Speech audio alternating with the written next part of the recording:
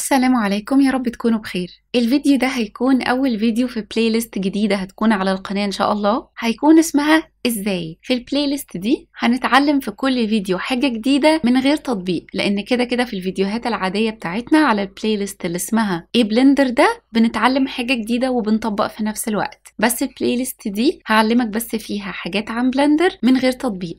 فخلينا نبدأ على طول علشان نفهم أكتر. في الفيديو ده إن شاء الله هنعرف إزاي نعمل شعر أو فرو على بلندر، فيلا بينا نبدأ على طول. وكالعادة بفكرك لو عجبك الفيديو ما تنساش تعمل لايك وسبسكرايب وتدوس على زرار الجرس علشان يوصلك كل الفيديوهات الجديدة أول بأول، وعلشان تدعم القناة كمان. ولو ليكوا أي أسئلة أو اقتراحات أو تعليقات يا ريت تسيبوها لنا في الكومنتس. ودلوقتي يلا بينا نبدأ. طيب علشان نعمل شعر او فرو في بلندر خلينا نجيب بس اي حاجة يكون فيها فيسز اكتر شوية، لان الفيسز بتفرق في الموضوع ده. فهنعمل اد مش ايكوسفير مثلا، وخلي بالك ان اتجاه الفيسز بيفرق في اتجاه الشعر، وهنشوف ده دلوقتي حالا ازاي. علشان تعمل شعر او فرو كل اللي انت محتاج تعمله ان انت بتروح من هنا على البارتيكلز وبعدين بتعمل بلس. انت كده اضفت حاجه اسمها بارتيكل سيستم. من البارتيكل سيستم دي هتروح تعمل هير. ده طبعا الحاجه البيزك جدا بتاعه الشعر. لو خدت بالك زي ما قلنا ان اتجاه الشعر بيبقى على حسب اتجاه الفيسز، فانت ممكن تزود الفيسز لو انت عاوز تظبط الشكل اكتر، او مثلا لو عملنا كليك يمين وشيد سموث كده هنلاقي ان هي الشعر بقى متفرق بشكل متساوي بالشكل ده. طبعا لو برضو عملت مثلا كنترول 2 اللي هو سب ديفيجن سيرفيس موديفاير هتلاقي الدنيا شكلها اختلف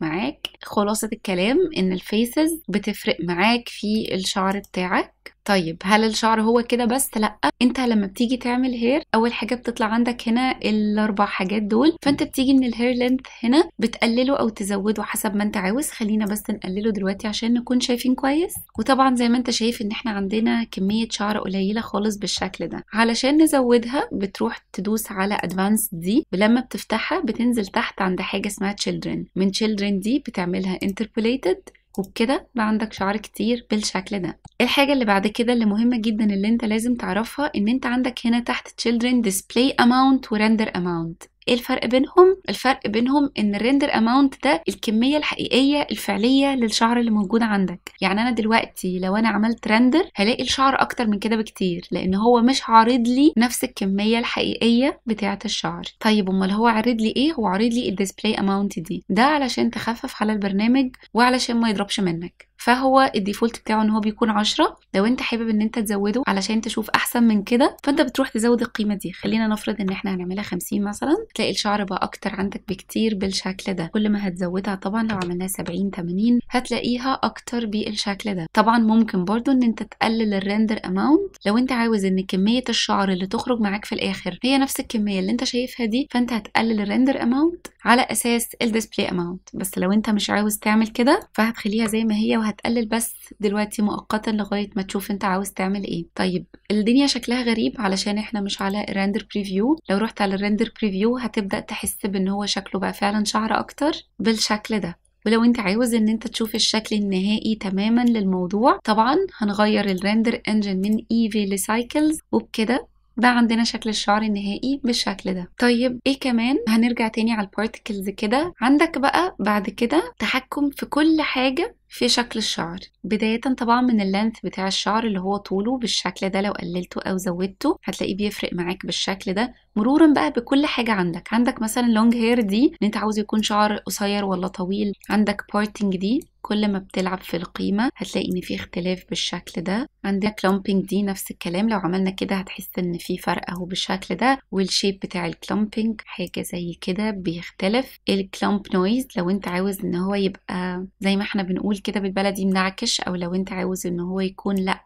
الرفنس اللي هو الخشونة بتاعة الشعر مثلا. فاللي انا عاوز اقوله لك ان انت بتروح على كل قيمة في دول وبتبدأ ان انت تلعب وتغيرها علشان تفهم هي بتعمل ايه. كل حاجة من دول حرفيا بتفرق زي ما انت شايف كده في الشكل اللي معاك. فمقلقش وما تتوترش، محدش عمره بيحفظ كل حاجة موجودة. فانت بتبدأ تجرب واحدة واحدة، وكل ما بتجرب وبتركز وبتعرف حاجات اكتر كل ده بيفيدك بعدين في ان انت تعرف كل حاجه منهم بتعمل ايه، وفي الاخر انت بتبدا ان انت تعمل الشكل اللي انت عاوزه في الاخر. عندك نفس الكلام بقى الهير شيب، وعندك كل الحاجات دي، فانت هتبدا ان انت تلعب في واحده واحده فيهم لغايه ما تعرف كل حاجه بتعمل ايه. ومش بس دول، عندنا كمان الفيو بورت ديسبلاي، دي الحاجات اللي مسؤوله عن الفيو بورت اللي انت شايفه دلوقتي، والرندر دي الحاجات اللي مسؤوله عن الرندر النهائي. وعندك الفيزيكس، وعندك الروتيشن، مثلا لو انت عاوز ان يبقى فيه روتيشن في الشعر نفسه او الفرو اللي انت عامله، وهكذا. انا مجرد بديك الفكره العامه، وانت عليك ان انت تتعب شويه وتفهم كل حاجه بتعمل ايه وتوصل للنتيجه النهائيه اللي انت حاببها. طيب ده فيما يخص الشعر. لون الشعر بقى والماتيريال بتاعته، انت بتختار ان انت يا اما تعمل ماتيريال عاديه جدا زي ما احنا متعودين، بتروح على الماتيريال بروبرتيز وبتعمل نيو، وبتختار اللون اللي انت عاوزه للماتيريال، وده اللي بيكون لون الشعر اللي معاك زي ما احنا شايفين دلوقتي. او في ماتيريال تانية جاهزه اصلا